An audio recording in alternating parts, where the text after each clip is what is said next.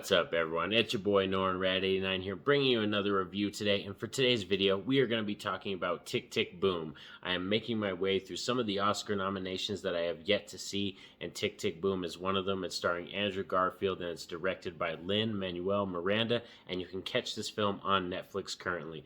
And of course, you know how these reviews go. We'll be getting into my positives, my negatives, and then we'll cap it off, and I'll send you all home. So Tick, Tick, Boom is an autobiographical musical written by Jonathan Larson, and it's kind of based on a story of a young, inspiring playwright growing up in New York City as he struggles with his job, his love life, and kind of balancing everything. And, you know, being his creative self, he's got to find that balance, and it's kind of that time where he's hitting 30, so it's almost kind of, you can say, maybe like a midlife crisis. You know, where am I at? Have I achieved enough in my life? So let's get into the positives of what I did like about this film. One key positive for sure is Andrew Garfield and a lot of the other actors. They really do handle the material very well.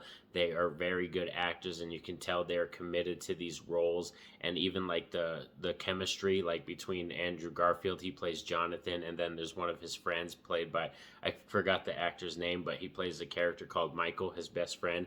They have a really good chemistry on screen, and there's a lot of other good characters too in the film.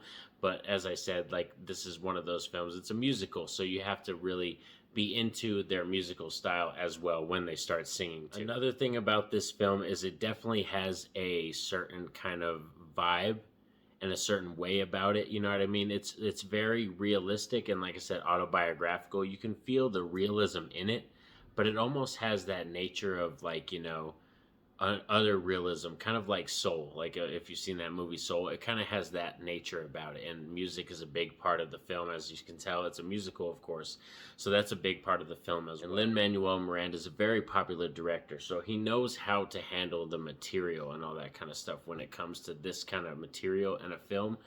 And, like, oh man, there's just some moments in this film where it took me out of it, but we'll get into that when we get into my negatives. But other things that are about this film that are really good is it does have a good solid message. There's a lot of good, you know, messages in this film, and it is a good kind of period piece because it takes place in the 90s. So there's a lot of cool stuff going on in this film that give you a nod to, you know, it's not heavy nostalgia stuff or nothing like that, but it is very homage like to the period piece that it comes from.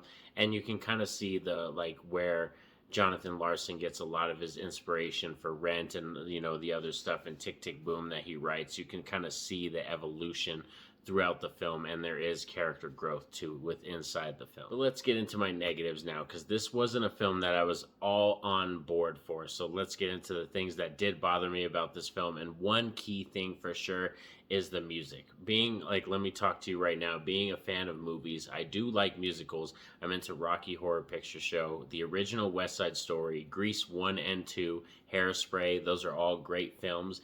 But for me, when I'm into musicals, I really have to be into the songs and into the music, the feel of it, and this film just didn't grab me. There were too many songs that misstepped for me, and especially a certain song that gets sang throughout towards the middle of the film. It's kind of the buildup of the movie, of him writing this certain song that's like, you know, it's missing from his play, and this is the song that's kind of like, oh, it's going to complete everything.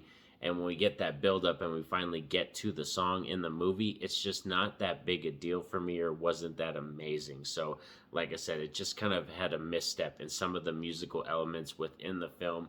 Also for me, besides our main character Jonathan and our side character Michael, which are one of the side characters, Michael, who is his best friend, there weren't too many other characters that I could really feel relatable to or enjoy really that much, because we kind of did bounce around a lot, and a lot of it is focused on Andrew Garfield. Like, he is clearly the main character in this film, but some of the other side characters, like, they're just there. Like, one of them, you know, like, but it's you can't really knock it that much, because it is, like I said, an autobiographical written type musical, you know what I mean? So it's based on a real story, basically. So you can't really knock it for being a certain way and all that kind of stuff. So it's really hard for me to rate this one.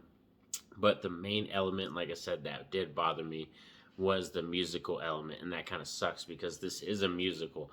I do like the actors they got in it. I think there was good direction. It does have a clear beginning, middle, and end, and there is character development in the film. But as I said, it just isn't a film that I jive with or I was on board with that much as I was watching it. I definitely did feel the length in this movie as well too. I think it was at the tipping point of being a little too long.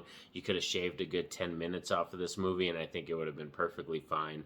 But like I said, coming from my realm where I'm not too on board with this film, like I said, I can see where people enjoy this film because this isn't a horrible movie. This is a movie worth the watch for at least one time. But for me, in my book, it's not going to be a film that I'm going to return to that often or ever. If I ever return to this film, it's going to be to show somebody else if I'm talking about it in a conversation and they hadn't seen it and it's like they really want to watch it. That'll probably be like the only time I'll return to this movie. So in my book, Tick, Tick, Boom is going to get a 6.5 out of 10. It is still an above average film. It has good cinematography and some good actors, but major parts of this film, like the musical element and overall just the length of the film, I really felt that. So that's what hindered it from being so much better or hitting that 7 or 8, mark for me. So thanks for sticking around with me all for this review of Tick, Tick, Boom. I hope you all enjoyed it. And if you've seen this film, let me know in the comment section what you thought of the film. I would love to hear from all of you because, of course, this is just my thoughts and my opinion.